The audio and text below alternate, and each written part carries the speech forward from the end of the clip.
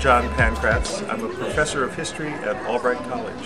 Faces of Reading is a portrait project, an exercise in civic photography that I began about 5 years ago in an attempt to photograph literally everyone. And I thought I'd start with the community around me, Reading, Pennsylvania. It started, I think, in a deep impulse, in a kind of addiction, a desire to turn the world from 3 dimensions into 2 dimensions through the process of digital photography. And then one summer, in the summer of 2004, I realized that I didn't have enough subjects around. So I just announced that I was going to be willing to take a picture of anyone who came to me, that I'd set up in a particular location, and then just invite people in the community, people off the street, people in offices and restaurants and homes, to come by this studio space that I'd set up. And I'd do a careful portrait, just trying to capture their look, something about them. And it ended up being a major exhibit in the fall of 2005. 1,000 faces were literally on the walls of a downtown cultural center.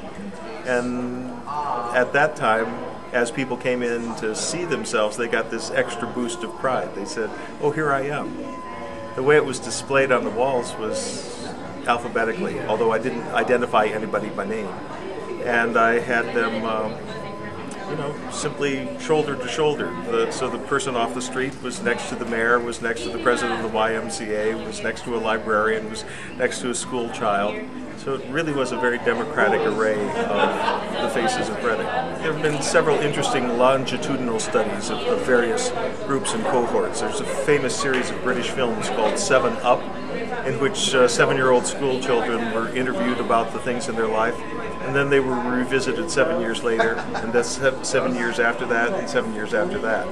I didn't want to wait 7 years for Faces of Reading, but I thought if I checked in every 5 years with the community and looked at the way in which the society has aged, looked at the ways in which new children have been born, some people have disappeared, moved on, and many people have moved into the community. So in some ways it's a kind of photographic census.